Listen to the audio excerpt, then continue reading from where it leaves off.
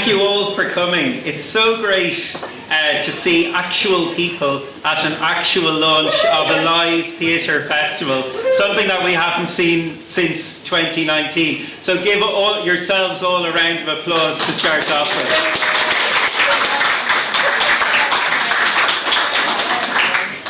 So we're absolutely delighted to be back. It's been a long road since May 2019, I think for all of us, and certainly for us in the Gay Theatre Festival. And it's such a delight to see so many performers, writers, volunteers, supporters, friends and supporters back after 2 years, because we've really missed you. And I hope you've missed us a little bit as well.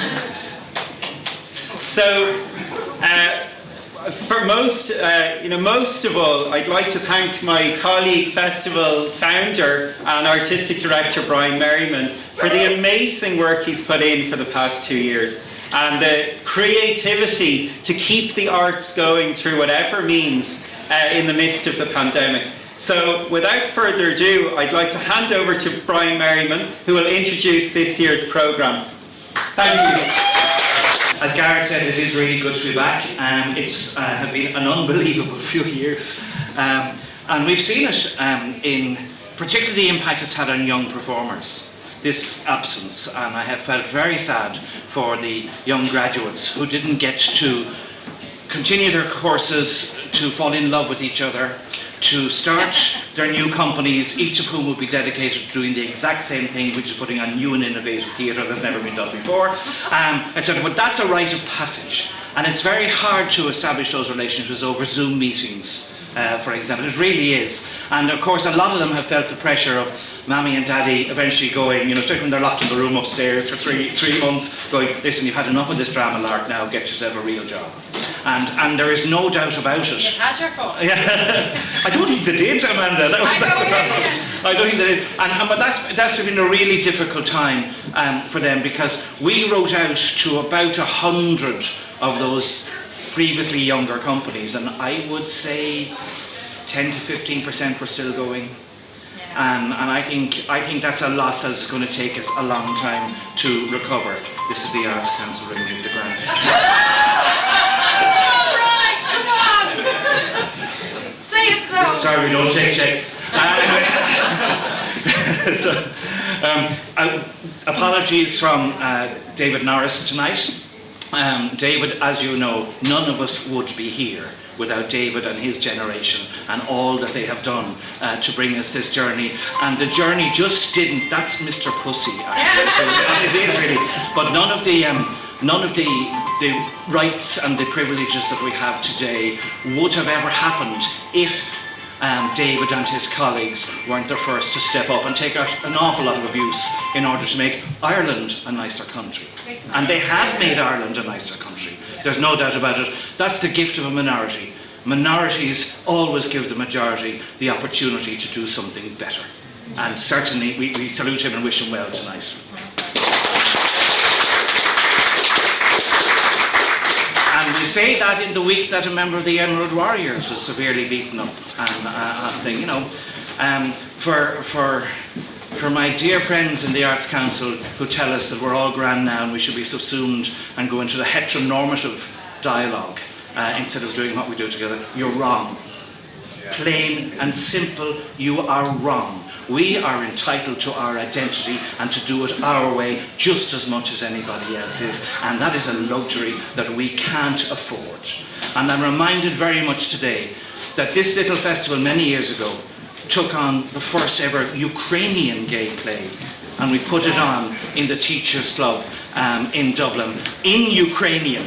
Wow. And 11 Ukrainians came, which was really good. But I'm equally concerned for the abuse and intolerance that our Russian LGBT family are going through. They are not Putin's fans. They are the people who have really been screwed over and destroyed by that homophobic maniac. And for people to know across the world that you can come to Ireland, you will have people who will go to your shows and who will give you a safe space to perform. That's really worth fighting for. And 2 years ago, we had a restriction put on our grant not to support any international companies. And yet the policy announced by the Arts Council the other day was how important international collaboration is. So there is a policy for us and a policy for everybody else. You'll be delighted to know, though, that they have assured us that there are now more opportunities than ever in Ireland for LGBTQ artists to have their works shown and to be included in programmes in the last 2 years when everything was shut down. And it's not about their right not to give us a grant or to give us a grant. That's fine. But they do have an obligation to treat us fairly. And that's been absent.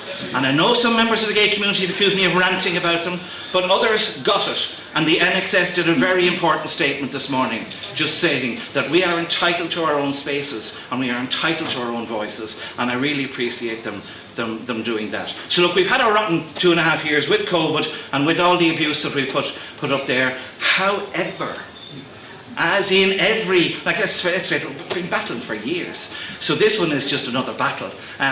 But in that, there was a huge outpouring of support. And I don't know where, there are rich gays, you know, because they began to come out of the waterworks and they began the woodworks and they began to send us in money. And thank you so much. Gareth and I, who've been there from the start, literally, we donate this work for the last 19 years. We don't get a cent, we don't want a cent. Every cent we raise goes into LGBT artists and LGBT theatre, and that's why our work inspires other people who've come on board this year with the executive, Emer and Gilly and Morris, and of course Ivan, who's been here for many years with us. That's why, because they see us leading by example. So during COVID, we came up with 2 great ideas.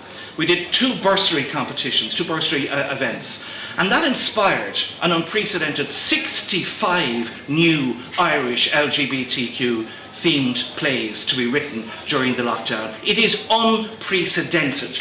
Every cent we got, we gave to the artists, and then we spent the rest producing this book called The Plays Inside, as you know where that came from, and also this book, which celebrates our 18 years. And we couldn't bring those plays from page to stage, but we could bring them from page to published page. And I see playwright Daniel Reardon here. We know the value of somebody publishing our works, Daniel, and how important that is. You do too, Amanda, you have your plays published too. And that was a really great thing. And every cent we got, we put back into the LGBT arts community, as we should. And that's why we were raising money, and that's why we were working so hard. Sometimes it was just the 3 amigos left, and that's why it's really important to do what we do. So people say, Brian, why do you keep fighting? Well, it's easy. If you believe that something is important, you will always fight for it. And our identity in the arts is not just important, it's crucial. It was the very first thing that began to teach a heteronormative and more cruel and hostile society. You couldn't go and see our plays and sing the songs that we wrote and enjoy the films we make and still think we were bad people. We did and created the things that you loved. And what we do in this festival is, we're just step 1. I haven't got any Shakespeare's yet, but we are step 1, and it's so important to actually offer the handout to new playwrights, be they young or old, and say, we will put you on. And there is a difference probably between the international programme and the Irish programme. All the international plays are tried and tested before they fight very hard to come to us in Dublin. But most of the Irish plays will be having their first performance on their opening night in the festival. And I'm extremely proud at this stage and age in my career to be able to say, we will open the doors, we will stand with you. Our technical volunteers will help you get it on. I'll help you on the script if I can. We've even bought sets and costumes for them. We'll do the box office, we'll do the marketing. We will do those things that are impossible for people who have never used and seen their words on a stage before. So that's why we're here.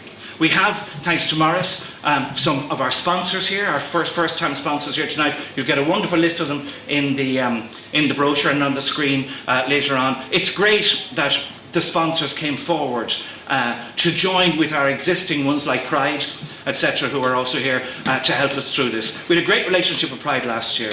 They're great at getting money, they really are. They're having to an art form, but they got some money from the Department of Arts last year, and it was I think to pay artists. And of course they couldn't have a Pride parade, but they're back this year.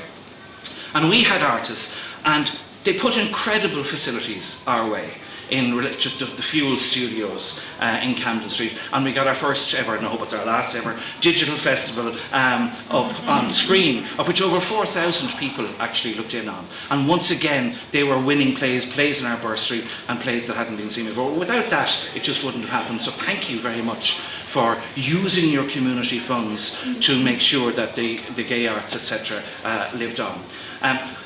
We have a great programme.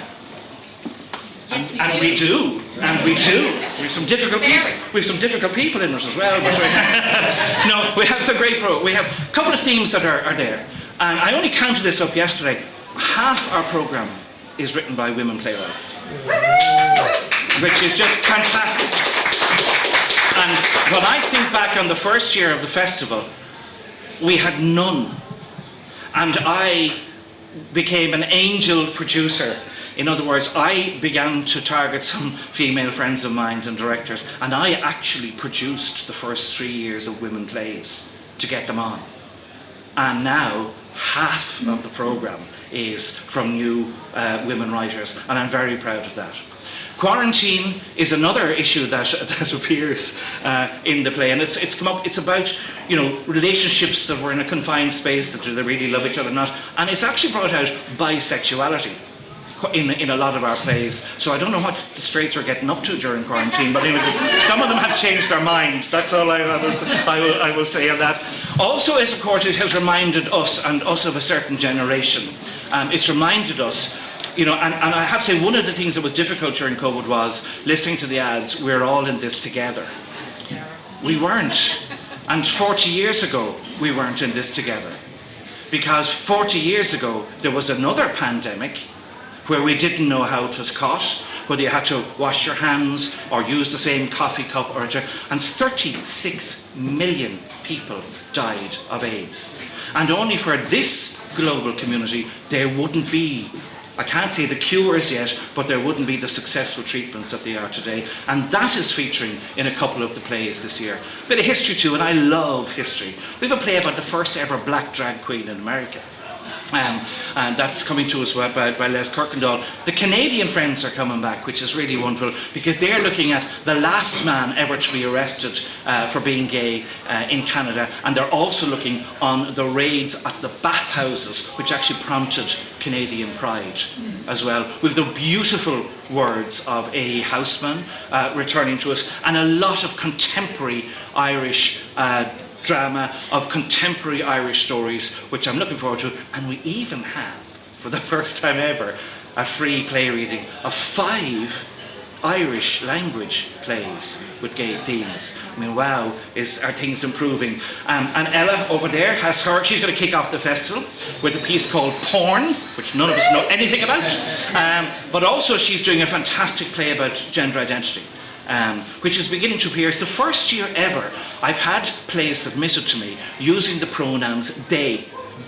And it's been a little bit difficult now and again when the stage direction, there's 2 people on the stage, and the stage direction goes, they exit left. I'm there, but I'm willing to get used to all this. This is where what the future is. But it is really interesting to see how that language is now coming in to Irish theatre writing, and it's wonderful, of course, that we are the place that they can come to for the very first time. I'm eternally grateful to Gareth for keeping me sane for the last 2.5 years. We've had an undeservedly rough time, and we are battling it. My life has come up through the whole equality arena, the whole lot. I know the smell of discrimination, and I will not shut up when people try to discriminate against me and my community. I will not shut up. And that's what it's all about. But the best answer to any of the haters is this. And it is a wonderful thing, after so many challenges, and after 19 years, that we are here as fresh as a daisy yet again, with a fantastic programme of 23 plays and 4 free events. There are brochures here We've no money. Everyone is to leave with a big bundle of brochures and put them somewhere useful. Ivan and Garrett will now block the exits until we produce these. And I am dead serious, because I need those brochures out on the streets. I know people are a bit afraid still about COVID. We'll be very careful about that. If you want to wear masks, that's fine. But look, folks, we can't live, just as we as gay people couldn't live under the cosh of discrimination, we also can't live in fear forever either. Be sensible, be careful, but let's get out. And the few theatre companies that are remaining, they really need your support. It's a tenner for a matinee, for God's sake. It's 15 and 13 for a nighttime performance, and you'll get a venue ticket for 25, and we even have free events. So I think that in dealing with everything that we have dealt with, the greatest answer is the joy that is contained, not just in these pages, but the joy that's contained when people come together, can tell their stories not just in safety, but to an audience that understands it and embraces it and goes out from Dublin across the world and says, Dublin facilitated this intercultural dialogue. We've done it for 19 years. If we can make this festival work, we will do it for the 20th. Thank you very much for coming.